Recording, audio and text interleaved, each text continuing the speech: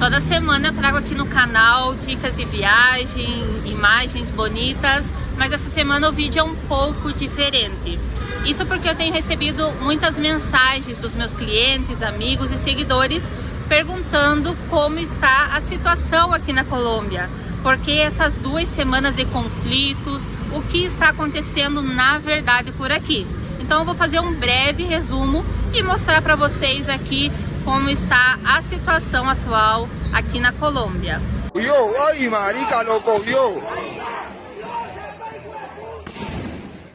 As ruas da Colômbia pegaram fogo com o novo projeto da reforma tributária que foi elaborado pelo governo de Iván Duque. A proposta buscava corrigir o desequilíbrio fiscal colombiano agravado pela crise da Covid-19. Mas foi a maneira escolhida para alcançar essa meta que gerou descontentamento na população. Desde os protestos ocorridos há 2 anos, não houve marchas tão bem organizadas na Colômbia e com tanta dureza na resposta das forças de segurança. A chegada da pandemia em 2020 pareceu apaziguar a turbulência social, mas o resultado, com o passar dos meses, foi acentuar os problemas subjacentes até que conduziu à crise atual. Uma crise que parece estar longe de ser temporária, o que vamos analisar mais a fundo nesse vídeo. Bom, vamos começar. O anúncio de que a reforma tributária estava prestes a passar do projeto à realidade mobilizou milhões de colombianos em todo o país, com protestos que lembram e talvez até superem os vividos em 2019. Com o projeto da reforma, o governo pretendia arrecadar 6,8 bilhões de dólares que seriam destinados a amenizar os efeitos da crise econômica provocada pela pandemia. No entanto, a proposta foi polêmica desde o início, devido à fonte de onde se pretendia obter essa renda, a parte média e inferior da pirâmide social, ao invés da mais alta. Se as mudanças fossem implementadas, o número de pessoas que pagariam imposto de renda seria ampliado para trabalhadores que ganham 2 salários mínimos e meio, cerca de 675 dólares de renda mensal, ou seja, renda classe média e média baixa. Além disso, a reforma atingiria também quem tem renda inferior a esse valor, sejam trabalhadores formais ou não, por meio do aumento do IVA para 19% de diversos produtos da cesta básica, que hoje estão isentos ou com IVA de apenas 5%. Medida que foi proposta para se estender a gasolina em geral e alguns serviços como eletricidade e gás, dependendo do extrato social. Embora o Ministério da Fazenda defenda que a reforma aumentaria a contribuição de quem tem mais, a realidade é que o maior impacto estaria entre os que menos têm.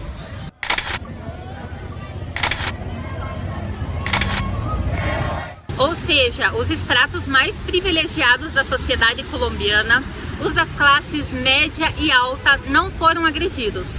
Praticamente nem se incomodaram com as mudanças no projeto.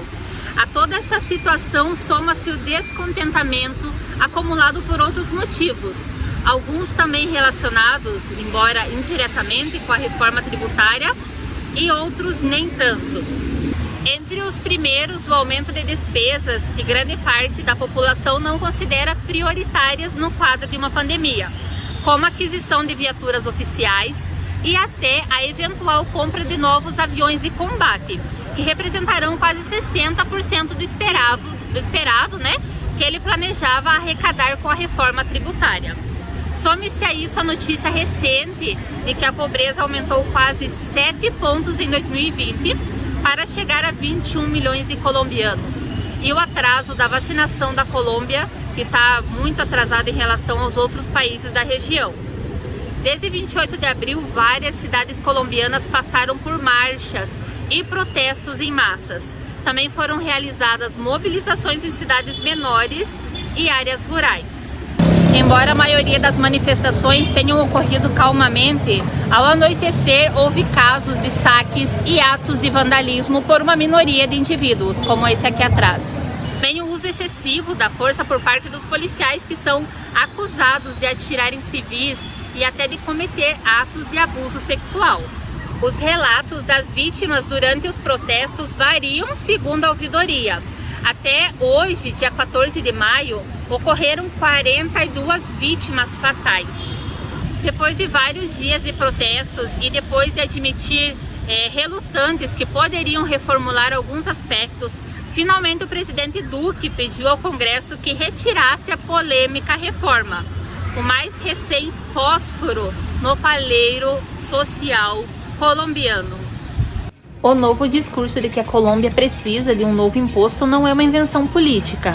Ela se confirma tanto pelos atuais macros dados da economia quanto pelos índices sociais. Mas aparentemente a reclamação nas ruas aponta para o fato de que a reforma tributária necessária não pode consistir em empobrecer quem já vive com um salário apertado, como forma de evitar que aqueles que já são pobres se tornem ainda mais pobres, muito menos quanto as mudanças propostas são abordadas nesse ponto de vista.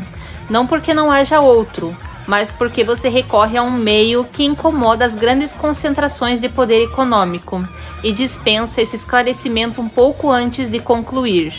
Mas a experiência nos obriga a antecipar certos pontos, que certamente virão mais cedo ou mais tarde. Com esse vídeo não pretendo gerar reclamações, mas sim compreendê-las. Não pretendo promover protestos, mas sim analisar os que já existem. Não pretendo fomentar incêndios, mas sim explicar o motivo do fogo.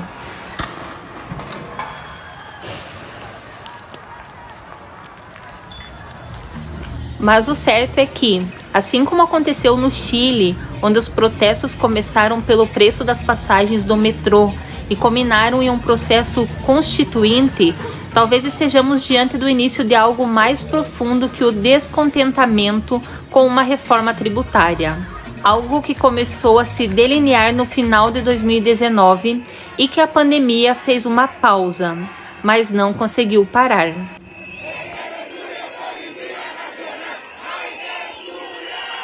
Bueno, hoy estamos nuevamente en las calles resistiendo hacia las amenazas de este gobierno nacional de Iván Duque. Pero aquí estamos, por medio de la pedagogía, por medio de mensajes. Tenemos a la gorda de la resistencia. Allí van a plasmar todos los santanderianos y los humangueses su rechazo, su indignación, pero por medio de esto, de mensajes, no de violencia. Aquí no somos violentos, los violentos son otros. Quien le interesa la violencia en este país es a un sector político y al gobierno nacional. Nosotros aquí, por medio de mensajes, vamos a construir un documento, una propuesta clara y enviársela a todos los actores que tienen como, o permiten o tienen acciones de ejecución.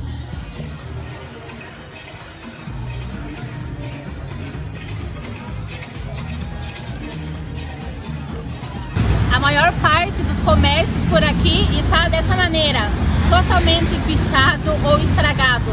E muitas lojas como essa estão tendo que trabalhar com grades ou com as portas fechadas para evitar os roubos.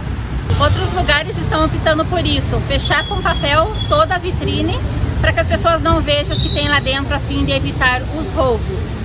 E para alguns comerciantes, a única proteção que lhes resta é essa, colocar uma madeira nos vidros, também a fim de evitar o vandalismo.